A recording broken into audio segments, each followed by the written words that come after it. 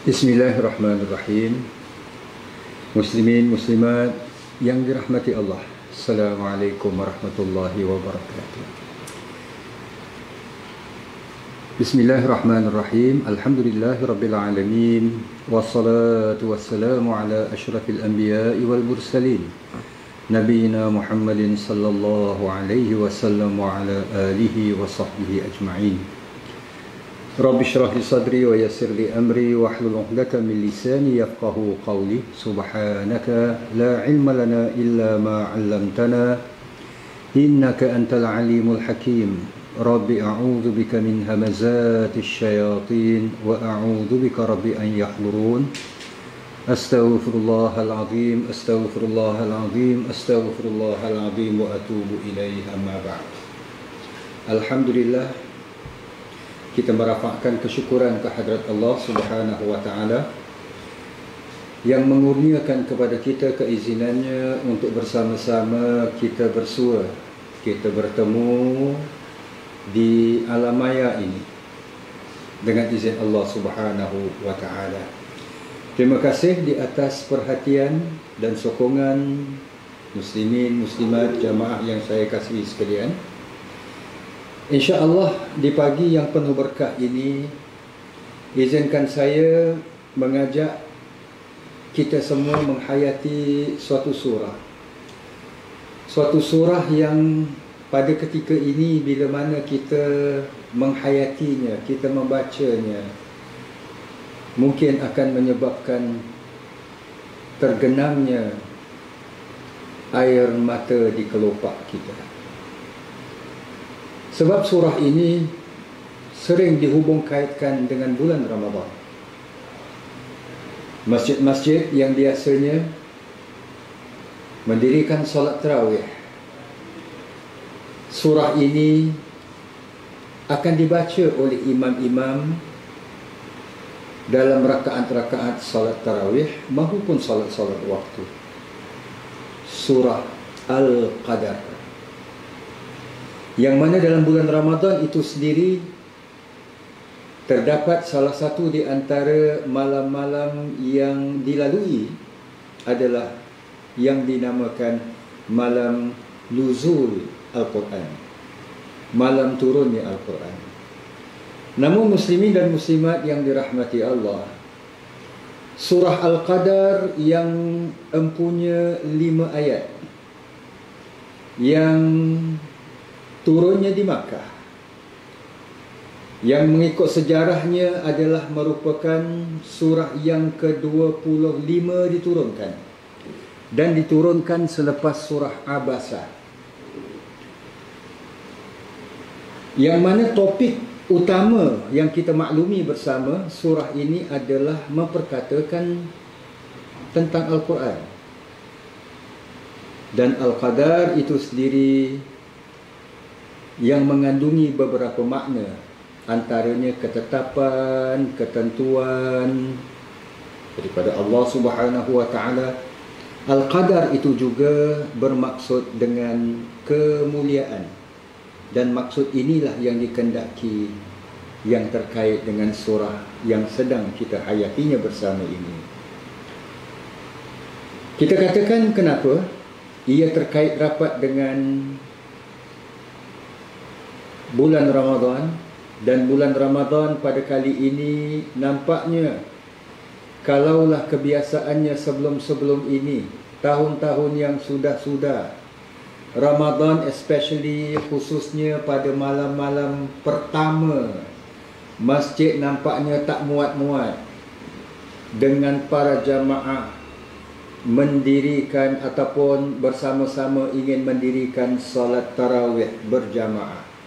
Mungkin bilangan sedikit demi sedikit merosot, berkurang.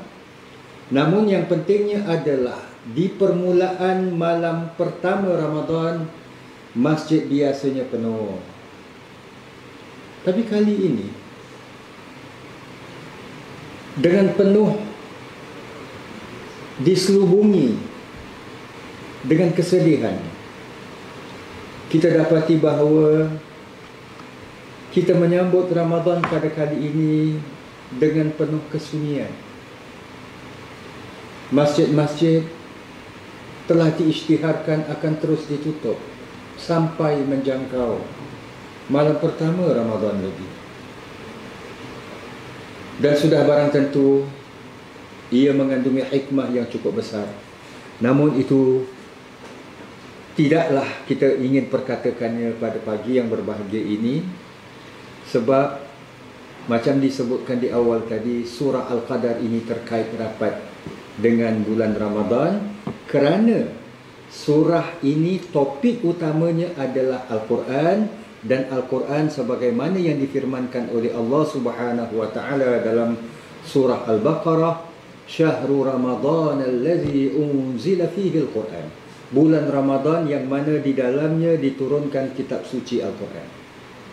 Nah, jamaah yang dirahmati Allah, izinkan saya terus mengajak kita menjurus kepada tafsiran 5 ayat ini, dan mudah-mudahan di penghujung nanti insya-Allah kita dapat sedikit sebanyak iktibar, pengajaran, sekaligus mudah-mudahan diharapkan menerbitkan keinsafan kita untuk kita terus melakukan amal-amal soleh, baik dalam bulan Sya'ban maupun dalam bulan Ramadan ini sendiri.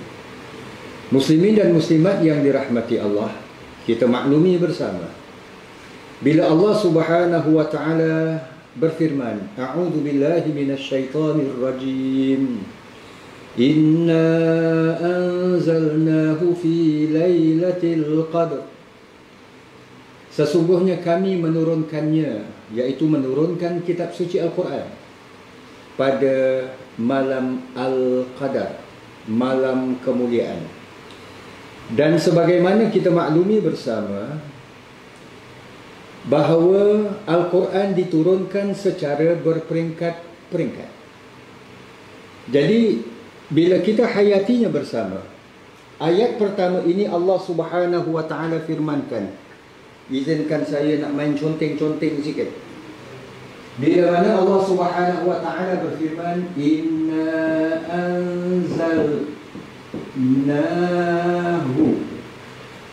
yang saya ingin mengajak kita perhatikan adalah perkataan anzalnahu daripada perkataan anzala. Anzala bermakna turun ataupun diturunkan. Dengan arti kata Allah Subhanahu wa taala menurunkan Al-Quran ini. Dan anzala ini, turunnya Al-Quran ini adalah sekaligus. Ini bermaksud bahawa dalam malam Al-Qadar ini Allah turunkan kitab suci Al-Quran sekaligus.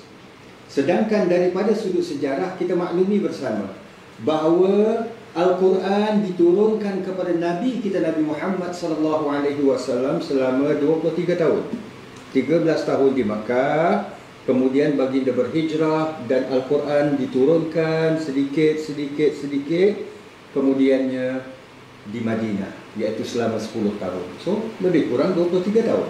Jadi bila Allah firmankan anzalnahu, sesungguhnya kami anzalnahu, kami turunkan Al-Quran ini, bermaksud ianya diturunkan oleh Allah Subhanahu wa taala dari Lauh Mahfuz, yang kalau kita cari di mana dia pun, pakai Google Map mana sekalipun, kita tak akan jumpa. Ini kita serahkan kepada Allah Subhanahu wa taala. Kita ni hamba yang lemah, kita hanya beriman dengan apa yang difirmankan oleh Allah Subhanahu wa taala.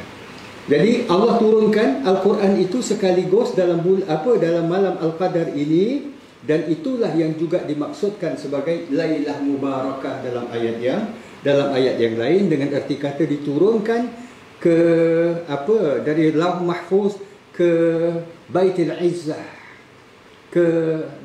Izzah, iaitu di langit dunia, di mana daripada situ pula diturunkan kepada Nabi kita Nabi Muhammad sallallahu alaihi wasallam. Wa ma adraka ma Lailatul Qadr, dan tahukah kamu wahai Muhammad apakah cara dan gaya serta jalannya mengetahui tentang apa itu Lailatul Qadar? Itulah yang Allah Subhanahu wa taala sendiri jelaskan. Ayat seperti ini maksudnya pertanyaan daripada Allah, wa ma adraka. Ini banyak berulang. Wa ma al-qari'ah, wa ma adraka mal qari'ah sebagai contoh. Maknanya bila Allah dah sebutkan, kemudian Allah tanya, kemudian selepas Allah tanya, Allah berikan jawapannya. Dan kebiasaannya bila Allah berikan firman-Nya, kemudian Allah bertanya, bila Allah bertanya, kita dah sama-sama sedia maklum. Hal yang terkait dengan tanya jawab ini biasanya ia menarik perhatian. Bayangkan saja jamaah yang dirahmati Allah, kalau kuliah online yang sedang kita adakan, nampaknya kita adakan dengan satu hala je. Kebetulan jamaah yang sedang menyaksikan, yang sedang perhatikan, yang sedang menghayati kuliah online yang sedang kita adakan secara live ini, sambil makan keropok ke apa ke, sambil relax-relax, yang ada sambil memasak, sempat jenguk sekejap kat komputer ke, dekat handphone ke dan sebagainya untuk terus mengikuti kuliah ini dan sebagainya, maka ianya nampaknya kurang hidup. Tetapi kalau dalam suasana ianya membolehkan pertanyaan itu dipantulkan, satu pihak menyampaikan, lalu ada sesuatu yang kurang jelas dan ia bertanya, ia biasanya menarik perhatian. Tapi minta maaflah untuk siaran kali ini, kalau ada soalan-soalan ataupun komen-komen yang hendak diajukan, insya-Allah kita tak dapat menjawabnya buat masa ini. Nantilah lepas ni baru kita jawab. Saya belum begitu canggih untuk dapat jawab online seperti ini. Jadi mohon maaf. Jadi berbalik kepada itu merupakan satu metod bagaimana caranya Allah Subhanahu Wa Taala berfirman, yang akhirnya firman Allah ini disampaikan oleh Nabi sallallahu alaihi wasallam untuk menarik perhatian. Ini dah sama-sama kita maklumi. Jadi bila Allah bertanya kembali, wa ma adraka ma lailatul qadar, sebagai satu pertanyaan, ianya bila mana Nabi sallallahu alaihi wasallam berbicara menyampaikan ayat ini kepada orang yang lalu lalang, yang mungkin tidak fokus, yang mungkin tidak tumpukan perhatian dan sebagainya, mereka ini terpanggil untuk mendengar, terpanggil untuk memerhatikan. Barulah Allah explain, Allah firmankan, Allah jelaskan, Lailatul Qadri, malam Al-Qadar itu khairum min alfi syahr, lebih baik dari 1000 bulan. Lebih baik dari 1000 bulan. Alhamdulillah, kita maklumi bersama, Maha suci Allah, Maha pengasihnya Allah, Maha penyayangnya Allah. Dalam perintah-perintah yang Allah perintahkan,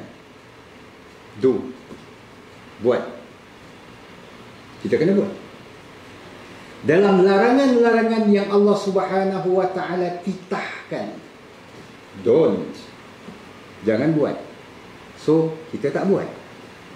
Di balik perintah dan larangan, hukum hakam Allah, buat yang ini, jangan buat yang itu dan sebagainya, kita dapati bahawa perintah-perintah Allah ini Allah datangkan beriring dengan sifat rahmahnya Allah, penyayangnya Allah.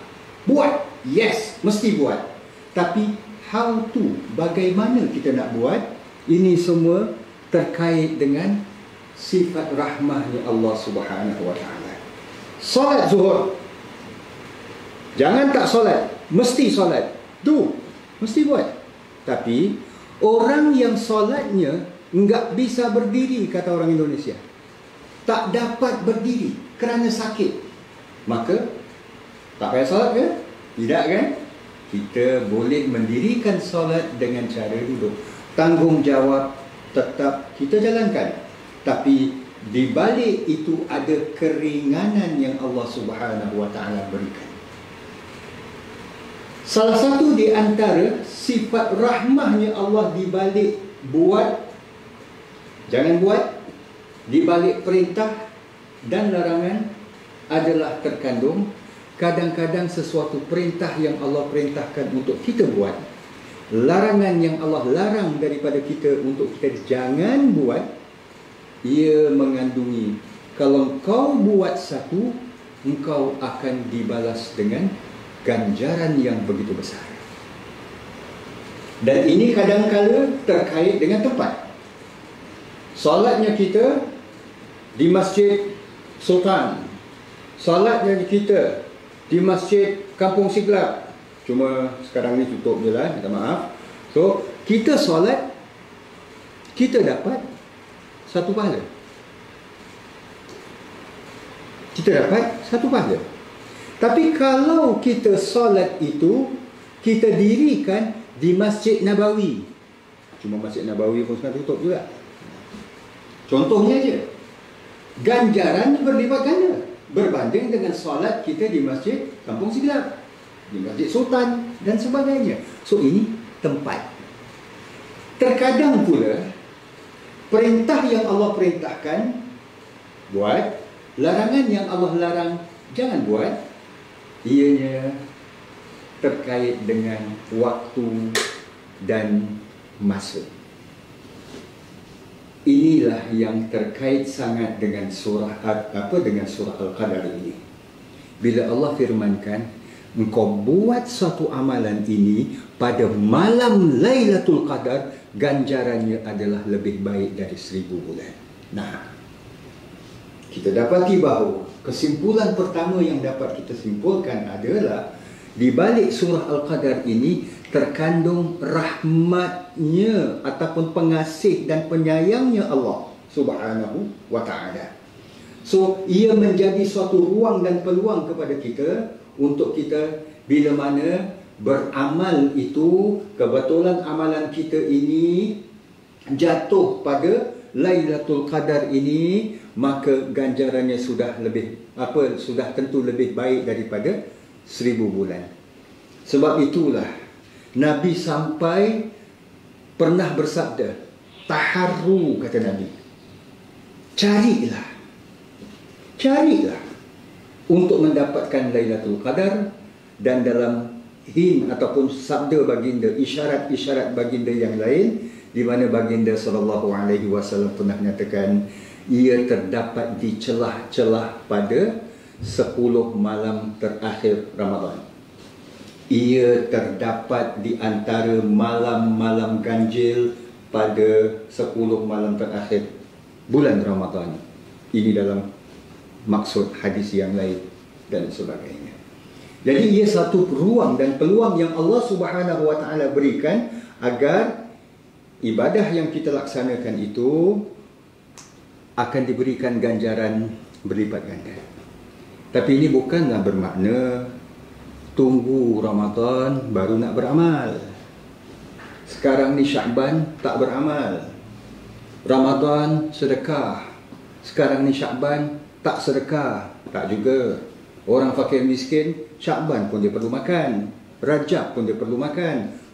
Kalau Ramadan tentulah siang tak boleh makan dan sebagainya. So bermakna di sinilah kita dapati bahawa bukan sekadar kita tunggu masanya untuk kita beramal, lain-lain masa kita tidak beramal. Tapi ia ganjaran yang Allah berikan dengan ganjaran yang cukup berlipat ganda. Sebab itulah Ummul Mukminin Aisyah sampai bertanya kepada Nabi, kalaulah ditakdirkan aku ini bertemu dengan Ramadan, dengan Lailatul Qadar, apakah amalan dan ibadah yang terbaik untuk aku lakukan? Nabi SAW mengajarkan kepada Aisyah, yang kemudiannya ajaran itu sampai kepada kita.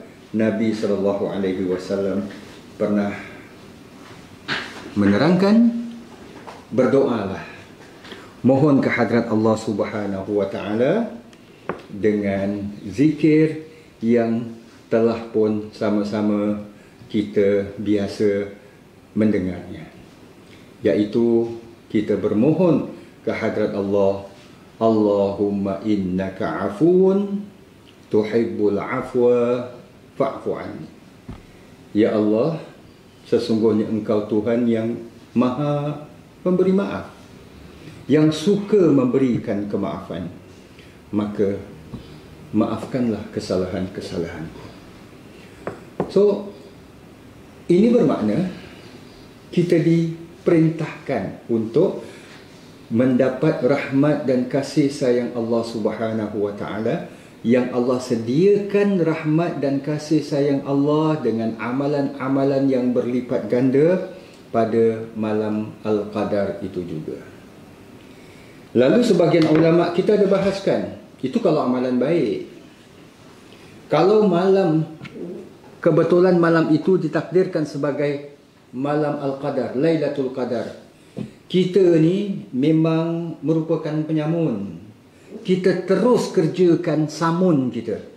Kita sebagai seorang penyangak, kita terus melakukan kerja-kerja kejahatan kita, maksiat kita. Apakah ganjaran yang kita, dosa yang kita lakukan itu akan juga berlipat gandakan ke? Sebahagian ulama menyatakan ya. Sebagaimana ganjaran kalau pahala dibuat berlipat ganda sampai 1000 bulan, kejahatan pun begitu juga.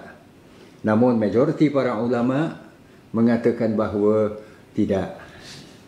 Sebab ia tidak ada keterangan yang spesifik yang menjelaskan bahawa kalau buat dosa, ganjarannya akan berlipat ganda, menyamai ataupun lebih daripada 1000 bulan. Sebab Allah menggunakan perkataan khairun, maknanya lebih baik.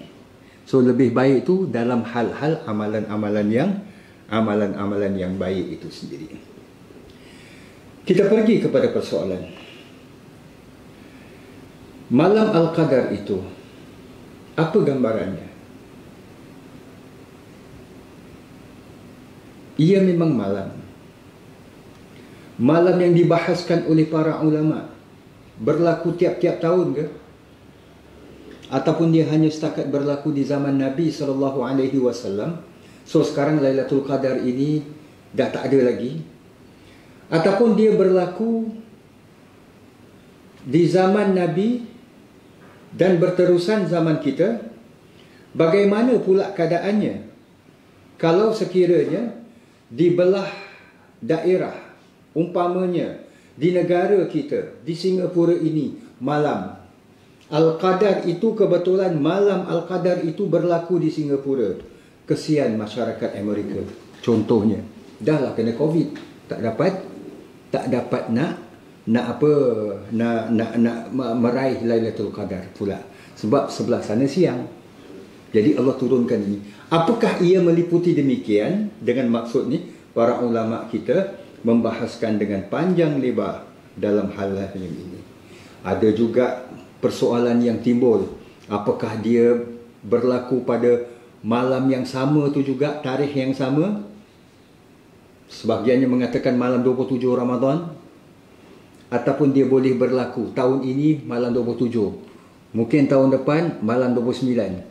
Mungkin tahun yang lagi satu malam ketiga Ramadan dan sebagainya. Para ulama kita pun membahaskan dalam hal-hal yang panjang lebar ini, yang mana dalam kuliah pertemuan kita yang lalu telah pun kita perbahaskan dengan panjang lebar dan tidak berhasrat untuk kita mendetailkannya dalam pertemuan di alam maya ini. Berbalik kepada persoalan, apa gambaran? Apa kejadian yang berlaku malam Al-Qadar itu bila ianya datang? Allah sendiri menjelaskan pada ayat-ayat yang seterusnya, iaitu tanazzalul malaikatu warruhu fiha. Turun malaikat dan juga ar-ruh. Ar-ruh yang dimaksudkan di sini adalah malaikat Jibril. Biizni rabbihim min kulli amr. Dengan izin Tuhan mereka bagi menjalankan semua perintah, semua perkara.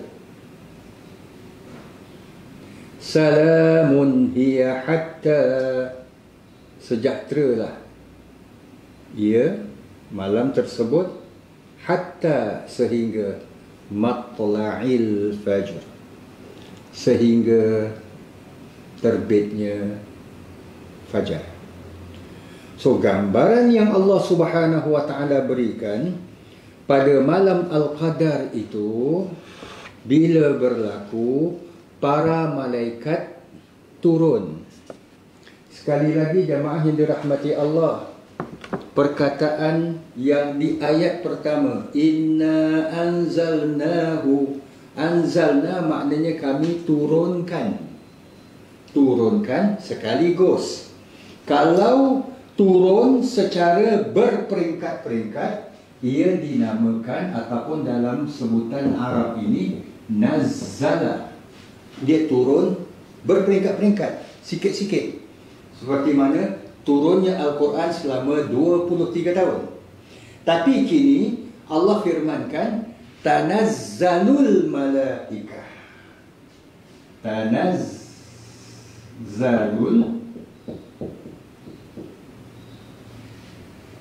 Tanazzalu ni daripada perkataan tanazzal.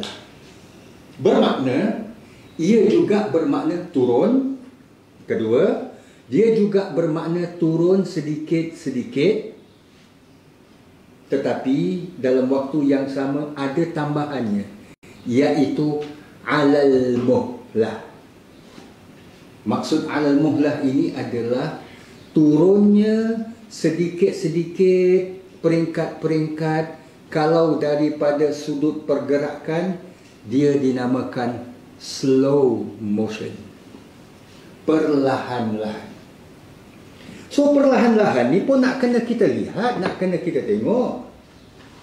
Bila negara jiran kita mengisytiharkan nak lockdown, nak tutup sempadan, yang daripada Malaysia tak dibenarkan keluar, yang daripada luar tak dibenarkan masuk. Oh, kelang kabut orang.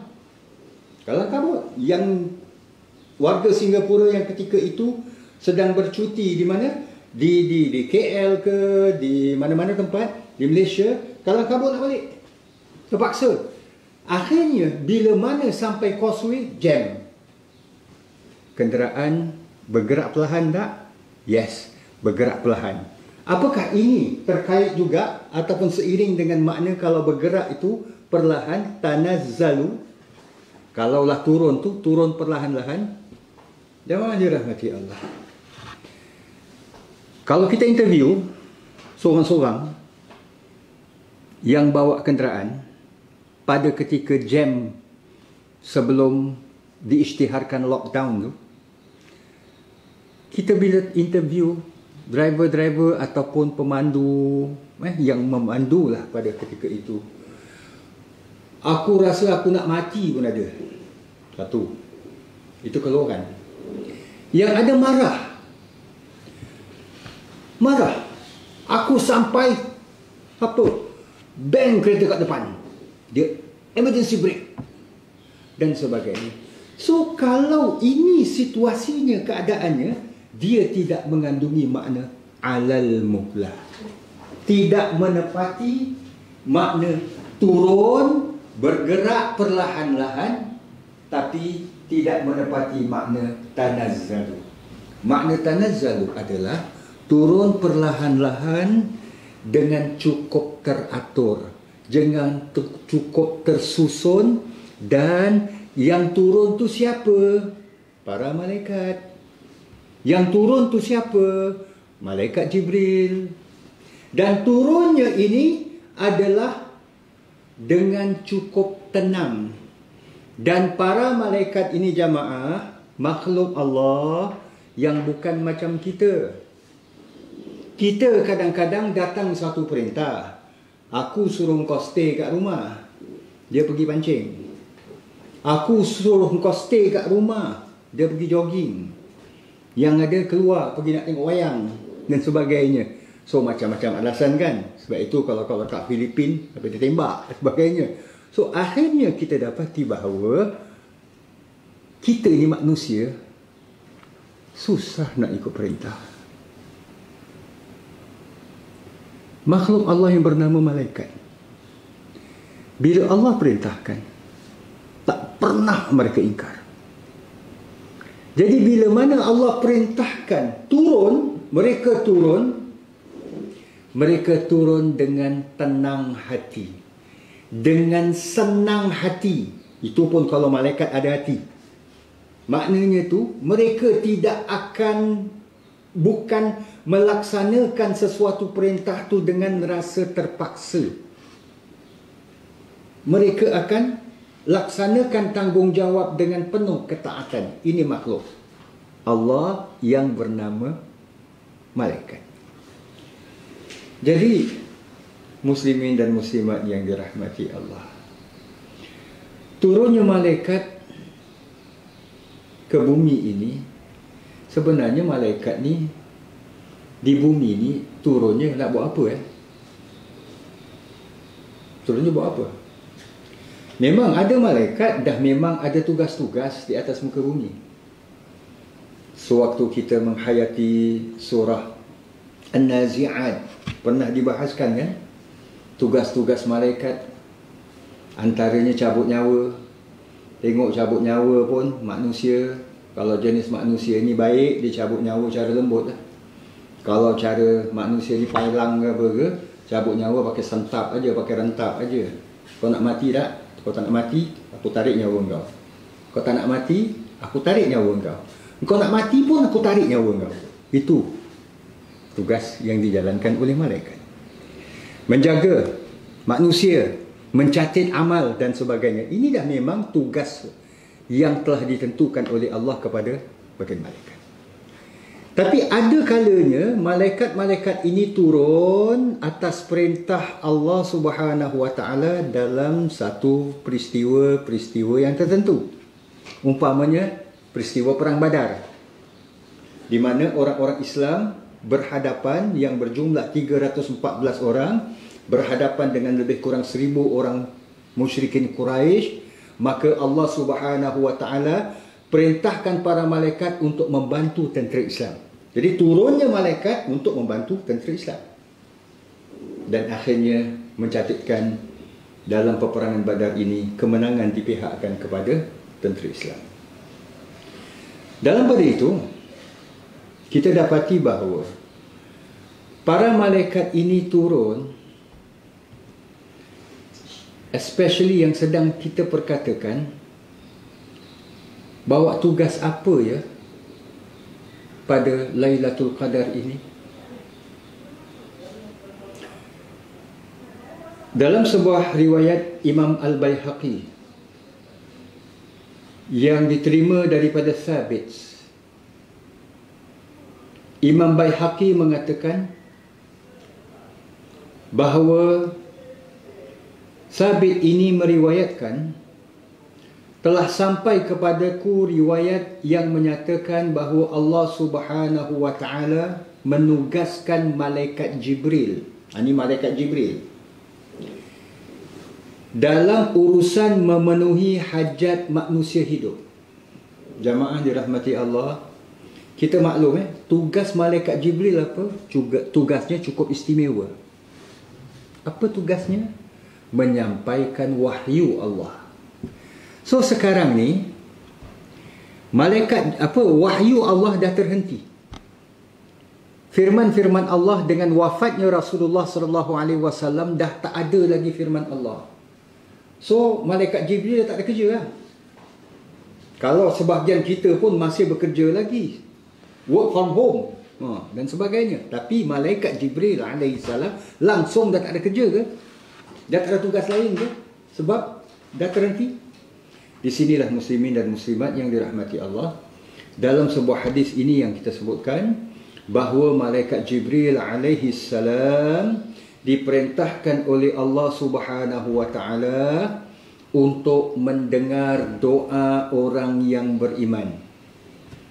Bila mana orang yang beriman itu berdoa kepada Allah, maka Allah Subhanahu Wa Taala katakan, jangan kepada Jibril, jangan sampaikan hajat dia dulu.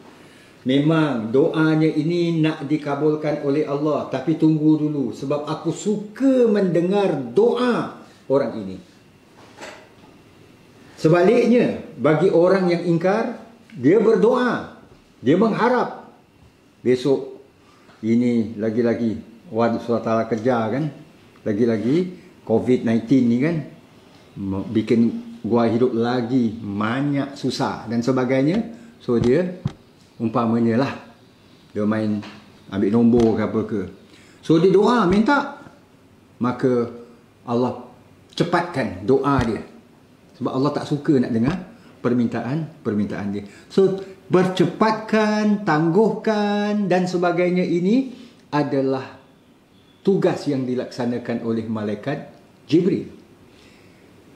Selain daripada malaikat Jibril, Allah sendiri firmankan tanazzalul malaikah.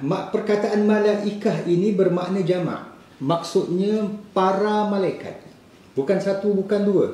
Dalam sebuah hadis yang lain, kita dapati bahawa malaikat begitu banyak sekali diturunkan oleh Allah Subhanahu wa taala untuk menjalankan tugas.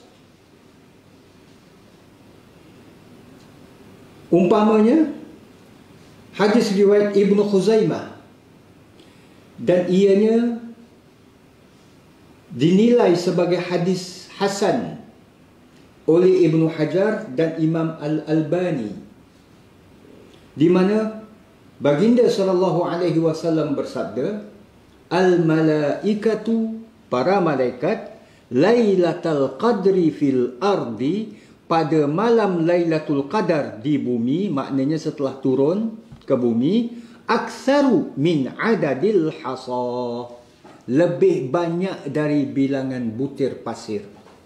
Banyak. So para malaikat ni turun. Lalu kembali kepada persoalan tadi, nak bawa tugas apa ya? Sebab malaikat-malaikat tertentu dah memang ada tugas-tugas yang tetap, cabut nyawa dan sebagainya kan.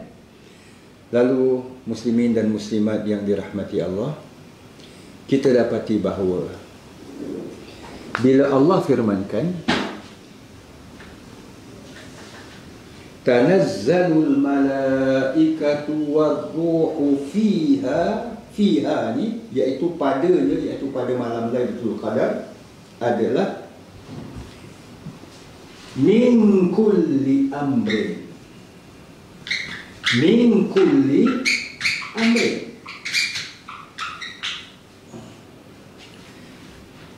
Perkataan min kulli amrin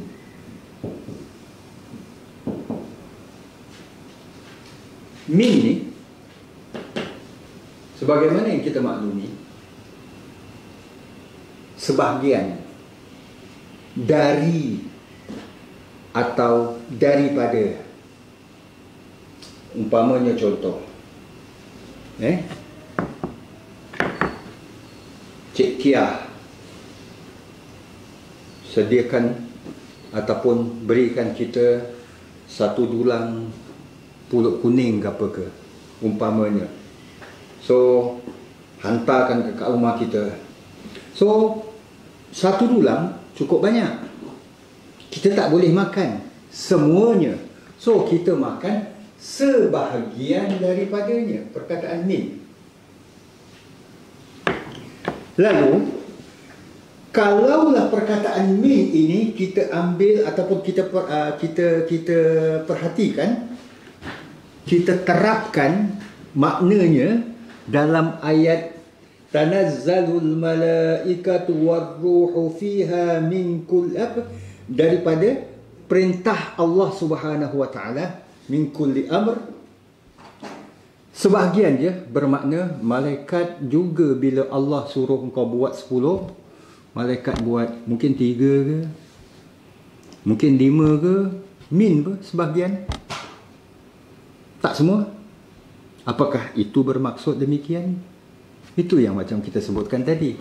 Kalau manusia, mungkin Allah suruh buat 10, jangan-jangan yang kita buat 1/2. Itu 1/2 pun kita buat pun rasa macam liat nak buat. Tapi malaikat tidak. Kalau Allah perintahkan 10, 10 dia buat. Jadi perkataan min di sini ditambah dengan selepasnya perkataan kulli. So min di sini bukan makna a part ataupun from ataupun sebahagian, tidak. Tapi dia bermakna semuanya yang dibuat, tak ada satu pun yang tak dibuat. Bahkan dibuat secara tuntas. Ibaratlah kalau disuruh, ni contoh manusia, malaikat tak buat kerja ni. Disuruh mop ataupun disuruh vacuum lantai ni, dia akan vacuum lantai ni bersih. Tak akan ada satu habuk pun, tak akan ada satu rambut pun, tak akan ada satu sampah pun yang tertinggal. Itu dia maknanya. Tapi kalau vacuum, nampak vacuum gunakan vacuum yang canggih, yang besar, dia punya power pun pakai power sampai 5,000 ke apa ke, tapi masih ada lagi habuk-habuk yang tak disedut. So itu bukan bermaksud min kulli amrin. Jadi malaikat laksanakan segala perintah Tuhan mereka biizni rabbihim min kulli amrin, dengan izin Tuhan mereka. Maknanya Allah berikan keizinan kepada mereka untuk mereka jalankan tanggungjawab. Akhirnya kita dapati bahawa ini perintah Allah, ini ibadah seseorang. Mungkin dia memilih untuk beribadah ketika orang lain sedang tidur, ketika orang lain sedang leka, tak ada orang tahu pun. Tapi Allah Subhanahu wa ta'ala Maha mengetahui dan tidak akan terlepas ganjaran daripada apa yang dia buat itu.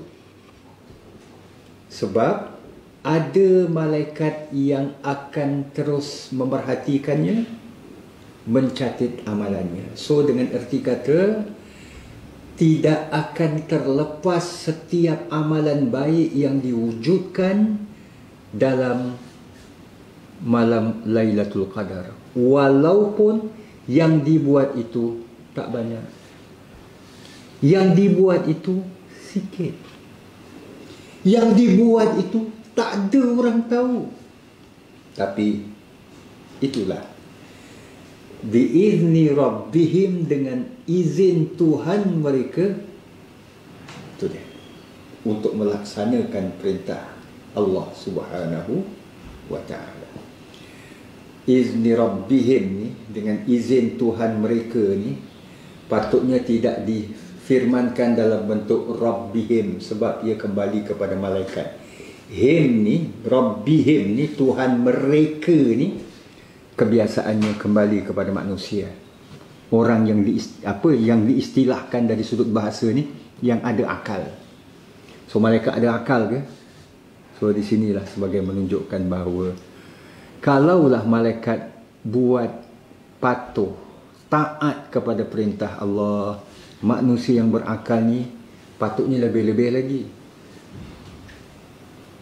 Lebih-lebih lagi.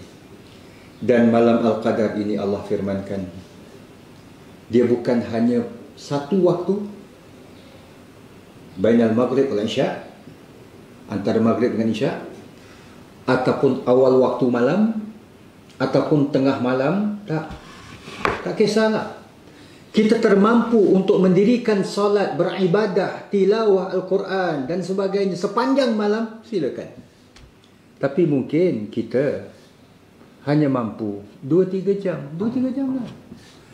Yang ada tak mampu 2-3 jam. Dia berusaha, tapi kerana faktor usia, faktor kesihatan, faktor kerja, macam-macam faktor dan sebagainya, lalu dia hanya dapat perform, dapat beribadah tu hanya setakat setengah jam. Setengah jam lah. Allah Maha mengetahui di mana kemampuan seseorang, di mana keikhlasan dan kesungguhan dia.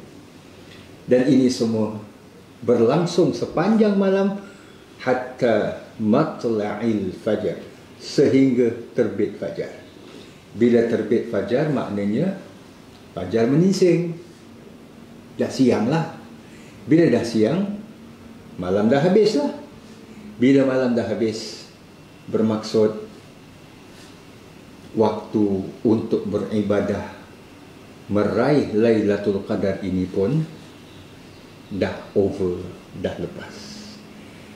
So untuk itu, muslimin dan muslimat yang dirahmati Allah, kita rebutlah peluang dan ruang yang Allah Subhanahu wa taala berikan.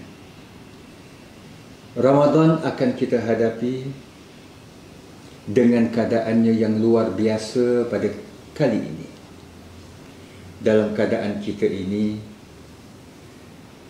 terbatas langkah-langkah kita.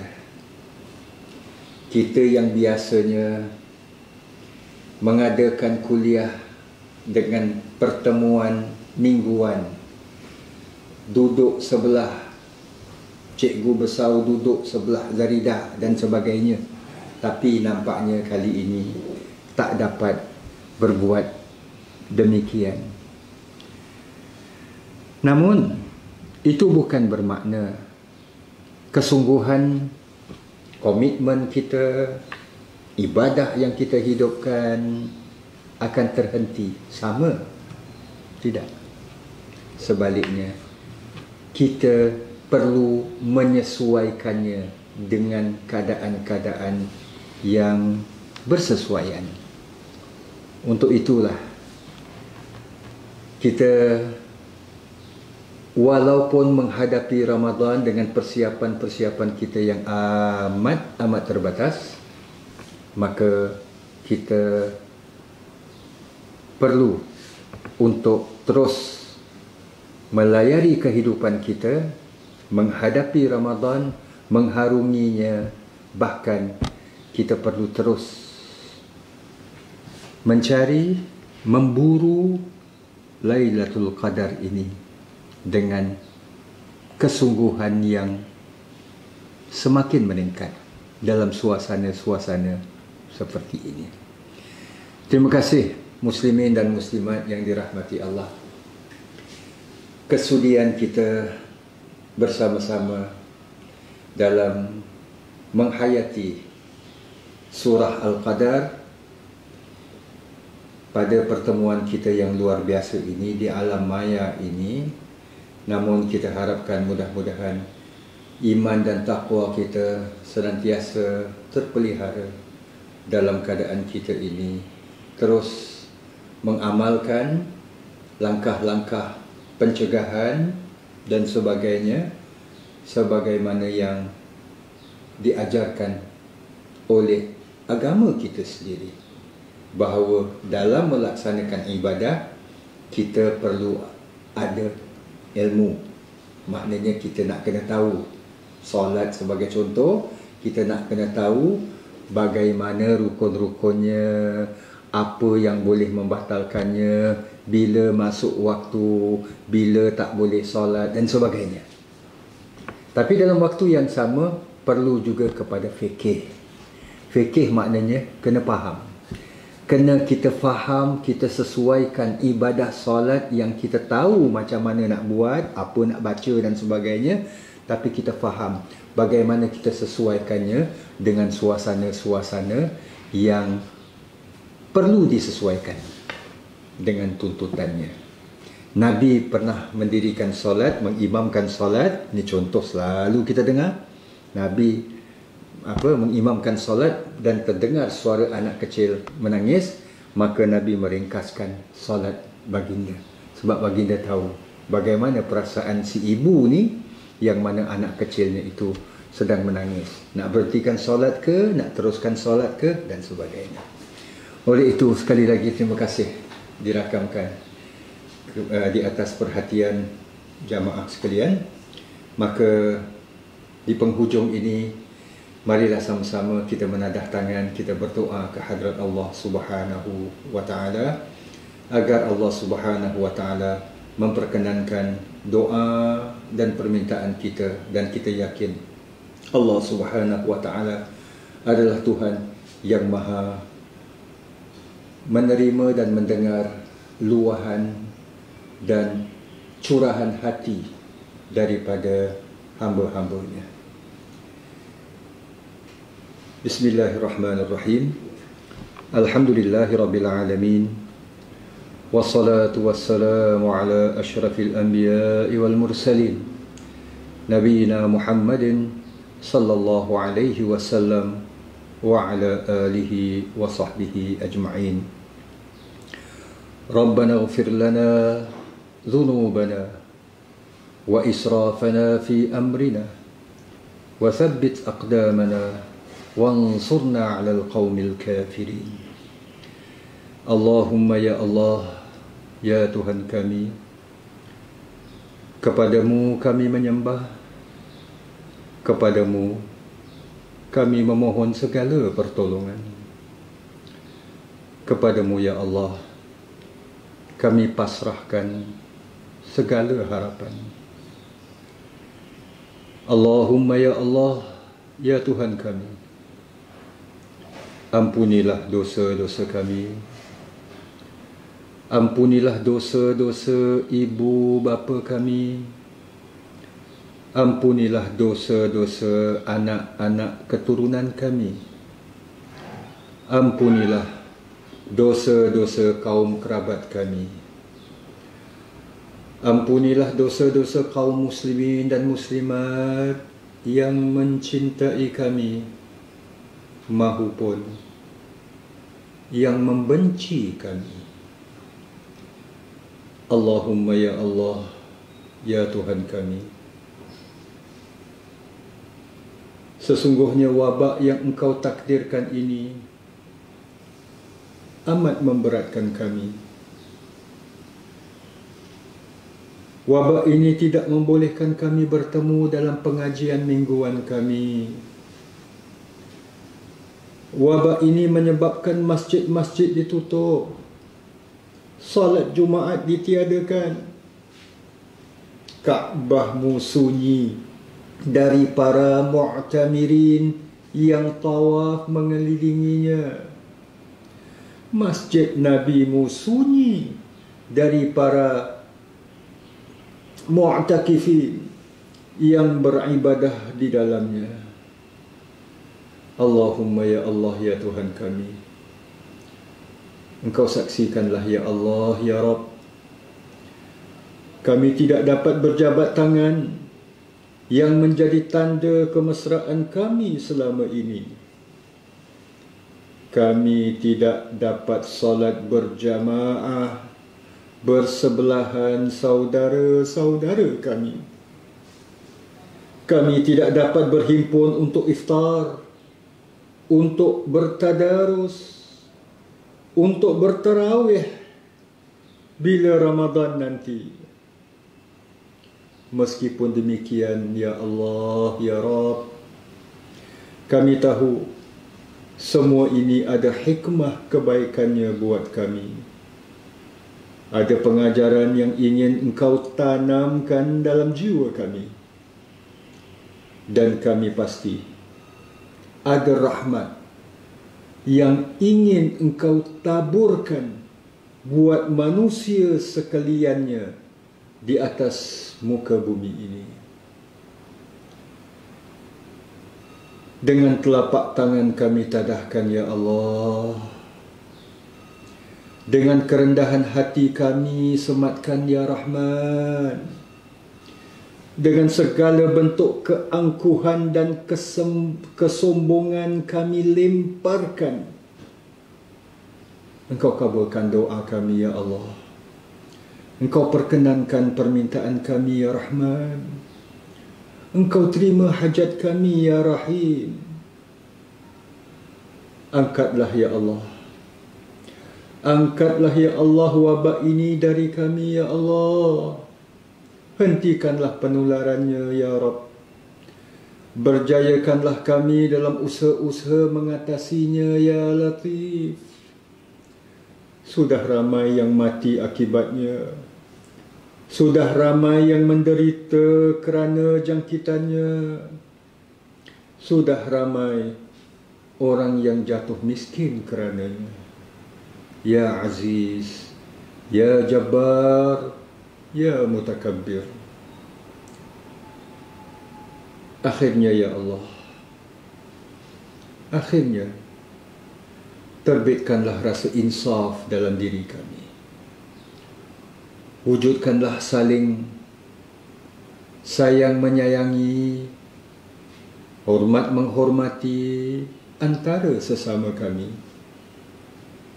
Timbulkanlah kesedaran buat kami untuk kembali kepadamu, kembali kepada ajaran Nabi-Mu, kembali kepada keadilan syariat-Mu ke dalam kehidupan kami, dan mempersiapkan bekalan kami untuk hari kematian kami nanti. Amin. Amin. Allahumma amin. Rabbana zalamna anfusana wa illam taghfir lana wa tarhamna lanakunanna minal khasirin. Rabbana atina fid dunya hasanah wa fil akhirati hasanah wa qina adzaban nar. Wa sallallahu ala sayyidina Muhammadin wa ala alihi wa sahbihi wa sallam. Da'wana fiha subhanaka Allahumma wa tahiyyatuna fiha salam. Wa akhiru da'wana alhamdulillahi rabbil alamin. Taqabbalallahu minkum minna wa minkum taqabbal ya karim. Wassalamu alaikum warahmatullahi wabarakatuh.